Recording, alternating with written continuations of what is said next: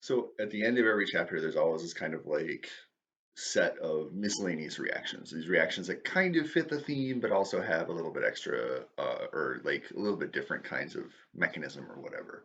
And so at the end of chapter 18, we're going to just really briefly talk about amides and a couple of different reactions that amides do and why they're just a little bit different from what other things we might see. And then we'll also talk about nitriles, which are kind of carboxylic acid derivatives, but different from amides, esters, anhydrides, and that kind of stuff. So this video will be lithium aluminum hydride and amides. We'll talk about what happens with lithium aluminum hydride when we react it with things that contain nitrogen. Okay, so let's start with amides. Lithium aluminum hydride and amides. So if you have an amide, and we'll just use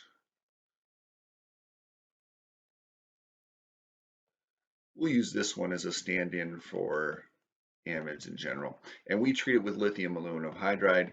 We can kind of predict a lot of what we expect to happen, right? Lithium aluminum hydride is a source of H minus. H minus is going to come in, attack that carbonyl, and push the electrons onto the oxygen, making a lone pair.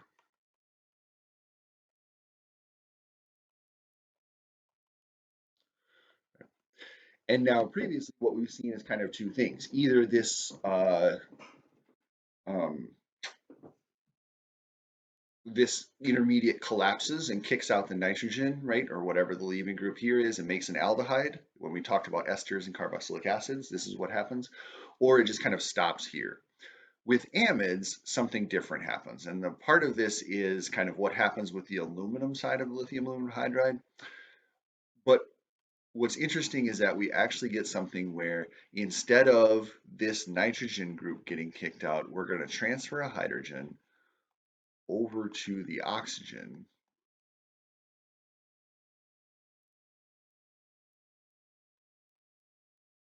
Oops, there's not a plus there. Sorry.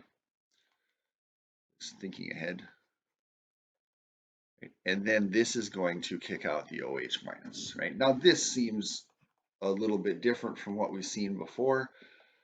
And as I said, part of this, what happens here is that the aluminum, right? The aluminum part of this, so when lithium aluminum hydride loses H minus, we end up with AlH3. This kind of complexes with the oxygen, with the nitrogen, and makes this oxygen into a little bit better leaving group than we would otherwise suspect.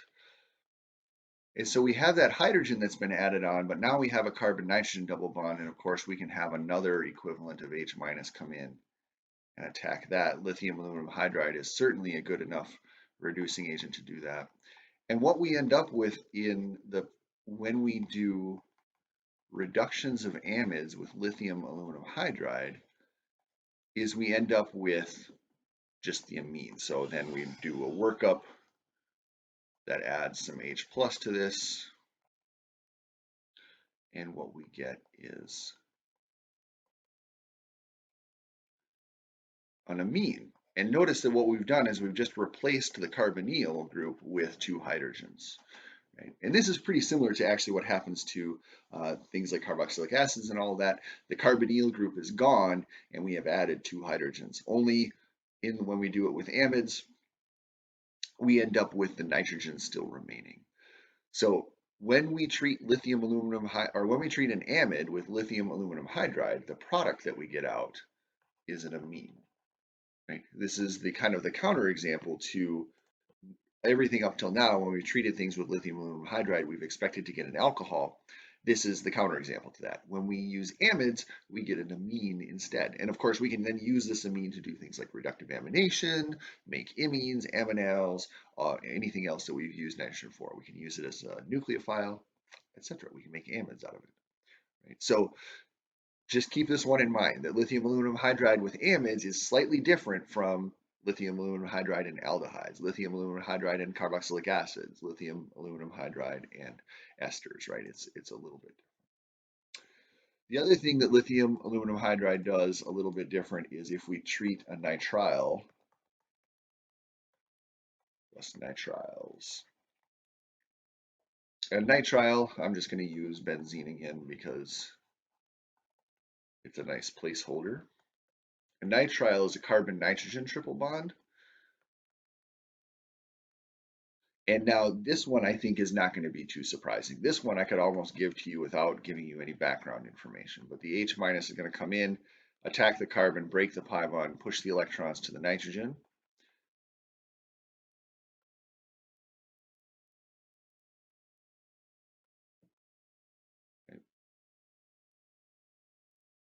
And then this is going to pick up an H plus from somewhere.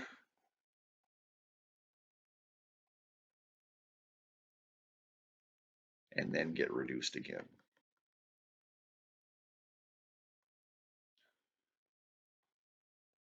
So notice that once again, we're adding 2 hydrogens to the carbon. Oops, I got ahead of myself there. We're adding 2 hydrogens to the carbon, and we're left with an amine. And so now when this gets H plus in the workup with a nitrile, once again, we get a primary amine. So lithium aluminum hydride plus nitriles gives us a primary amine. Okay. So another way to make these kind of amine compounds, these nitrogen compounds, is to start from something like a nitrile and do lithium aluminum hydride to reduce it down to the amine. So notice that in both cases, we're ending up with an amine. In this case, with a nitrile, we always get a primary amine. With the amides, if you have a secondary amide, which is what we have here, you get a secondary amine. If you have a primary amide, where this was just NH2, you would get a primary amine. And of course, if you had a tertiary amine, where this, instead of a hydrogen here, we'd have an additional carbon group. If you have a tertiary amide, you would of course make a tertiary amine. So lithium aluminum hydride to make amines, just to lay this all out.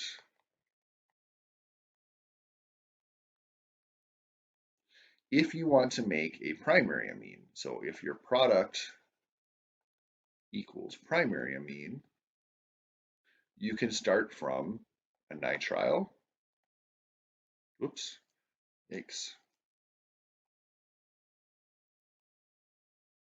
You can start from a nitrile or a primary amide.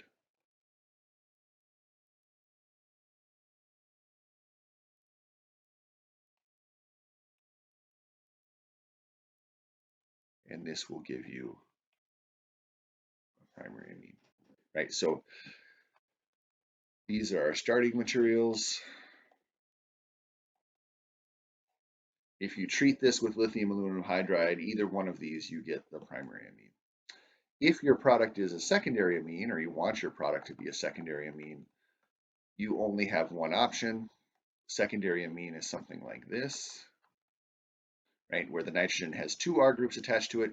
The only option is to start from a secondary amide,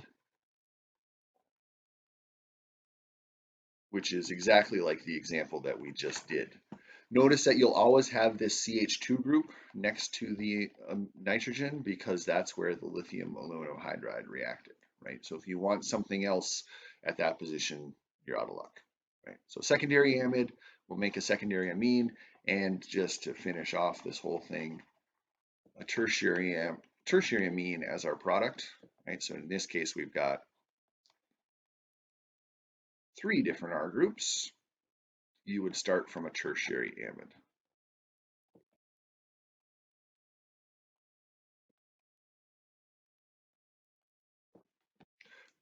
Reduce that using the mechanism previously described, and you'd end up with 2 hydrogens at that position where the carbonyl used to be.